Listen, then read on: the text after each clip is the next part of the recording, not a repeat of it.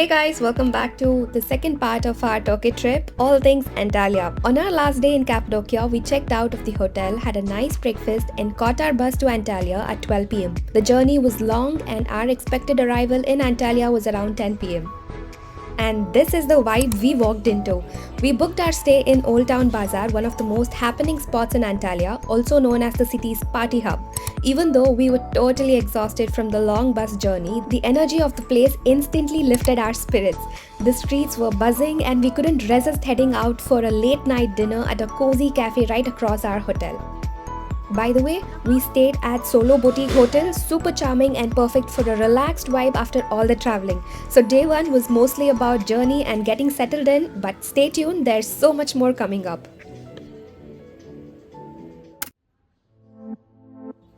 We started the next morning with a hot cup of coffee, enjoying the quiet calm of the city before the hustle kicked in.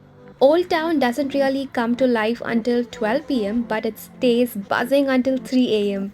Our first stop of the day was the Cili Park viewing platform, a stunning viewpoint in the heart of the old town. And from there, we took in the breathtaking views of the turquoise sea sparkling under the Mediterranean sun.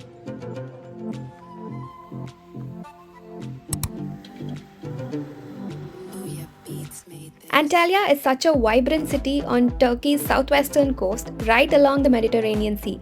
It's often called the gateway to Turkey's turquoise coast because of its stunning beaches, rich history, and breathtaking sceneries. It's actually the 5th largest city in Turkey by population. The city is pretty flat, but it's surrounded by massive mountains inland, which makes the weather super interesting. Those mountains trap the moisture, so winter gets a lot of rain, but during summer it gets seriously hot, perfect for soaking up that beach life.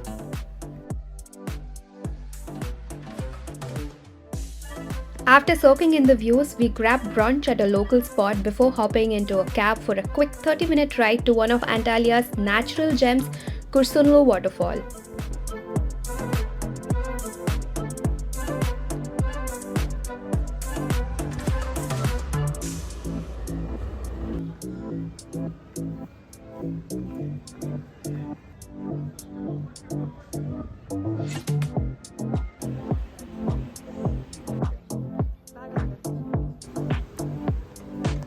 Purchase your tracks today.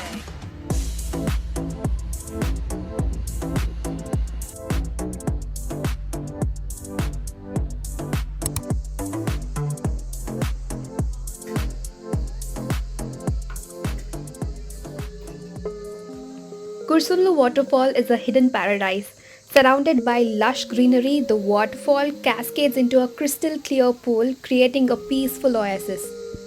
The sound of the water combined with the tranquil forest setting makes it a perfect escape from the city's buzz. It's a must visit for nature lovers when you're in Antalya.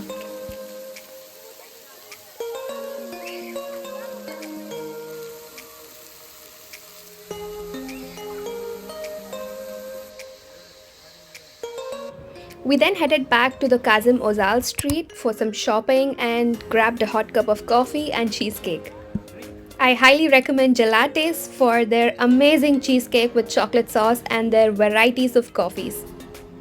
The evening vibe was super lively, and after soaking it all in, we went back to our room to chill for a bit before heading out for dinner.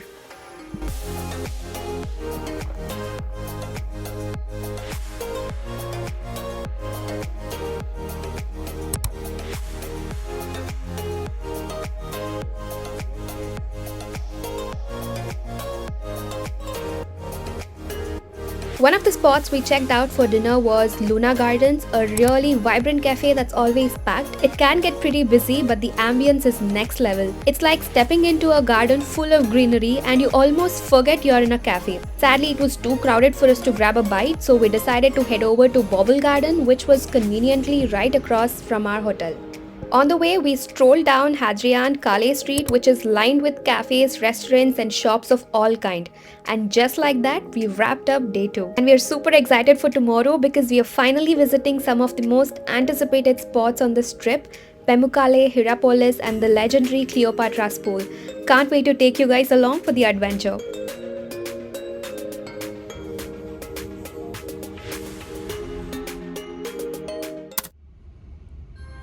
We booked the guided day tour for our trip to Pamukkale since it's about a 3 hours drive from Antalya.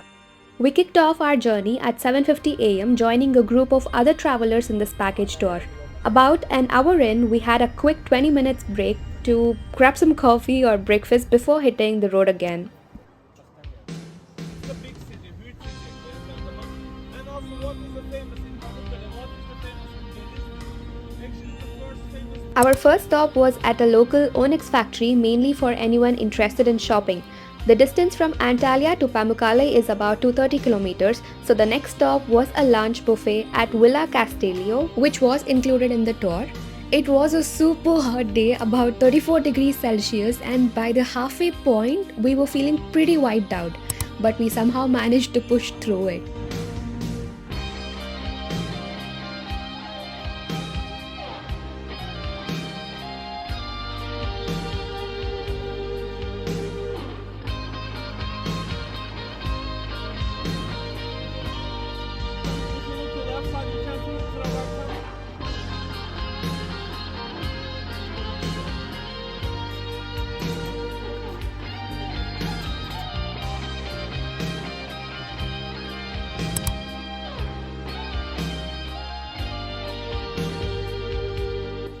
Pamukkale, meaning Cotton Castle in Turkish, is absolutely stunning. It's a natural site in Denizli province, known for its white terraces formed by the mineral-rich thermal springs. The views are truly unreal, with water slowly dripping down the mountainside, filling up these mineral pools. It's located in the Menderes River Valley, which usually has a pretty mild climate, but trust me, it was scorching hot that day. It was also added to the UNESCO World Heritage List in 1988 along with Pamukkale. Heropolis was once a major healing center, drawing people from all over to bathe in the hot springs.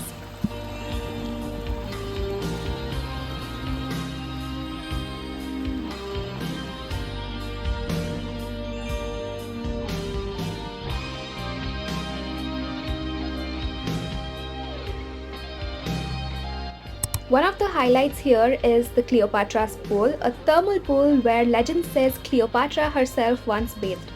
The pool is filled with ancient Roman columns submerged in warm, mineral-rich water, making it truly unique experience. On top of the Travertine terraces sits the ancient Greek city of Hierapolis, which dates back to classic antiquity. The city, built around the thermal springs, stretches about 2,700 meters long, 600 meters wide, and 160 meters high. After a long 8-hour day of sightseeing, we finally got back to our room, took a moment to relax, and then headed out for an early dinner at Bombay Masala. We were seriously craving some Indian food because nothing hits like a taste of home when you've been away for a while. The food was super authentic and instantly took us back to our hometown, and that's how we wrapped up the day. It's our last day in Antalya and we've decided to take it slow, just soaking in the vibes and enjoying the beaches. We're staying just a short minute walk from the Mermerli beach, so that's where we're headed first.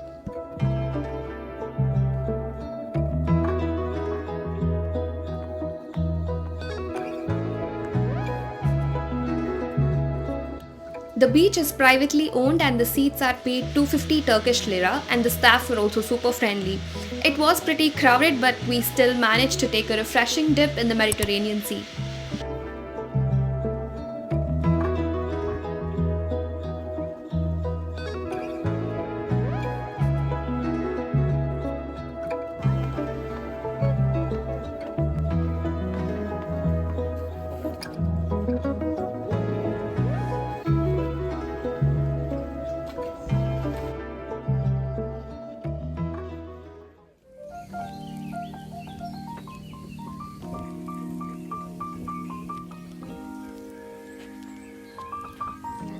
We headed back to the hotel, freshened up, and we went straight to Bombay Masala for lunch again. That's how much we love the food. Since we wanted to keep things slow today, we relaxed at our hotel for a bit before heading out to Konyaalti to catch the sunset.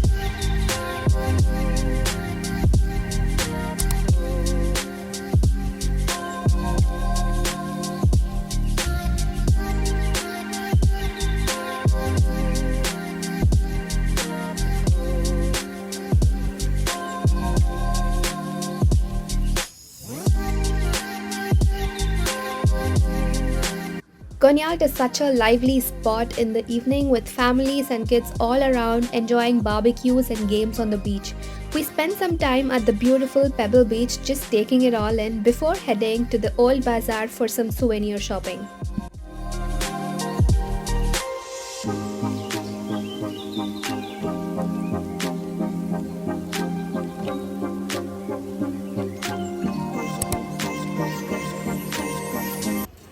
The old bazaar is known for its premium bags, shoes, dresses, you name it. If you're into shopping at reasonable prices, this is definitely the place to hit up. For dinner, we stopped by Pattern's Garden Cafe, which was right next to our hotel. Let me tell you, the vibe was unreal. It's this beautiful, peaceful garden cafe with amazing food and the perfect spot to relax and unwind. After dinner, we wrapped up for the night knowing we'd be heading back to Belfast the next day. On day 5, we kicked off the morning with coffee, soaking in the views one last time before checking out and heading to the airport. We had breakfast at Patton's Garden Cafe again since it was so close and then made our way to the airport. Our stay at Solo Boutique Hotel was super convenient, making it easy for us to walk around the city and explore. The staff was incredibly friendly and always ready to help us with day tour bookings or cab arrangements, no matter when we asked. Every morning they provided complimentary coffee and water, which was a nice touch. It's a small, cozy place if you're looking to stay in the heart of the city. Highly recommend the spot if you don't need all the luxuries but still want the comfort and great service. Anyways, we had a layover in Manchester and finally reached Belfast, greeted by this gorgeous orange sky. A perfect welcome back home. And that's a wrap. I hope you guys enjoyed following along on our journey of 10 whole days in Turkey. If you did, please do not forget to like, share and subscribe. Thank you so much for watching.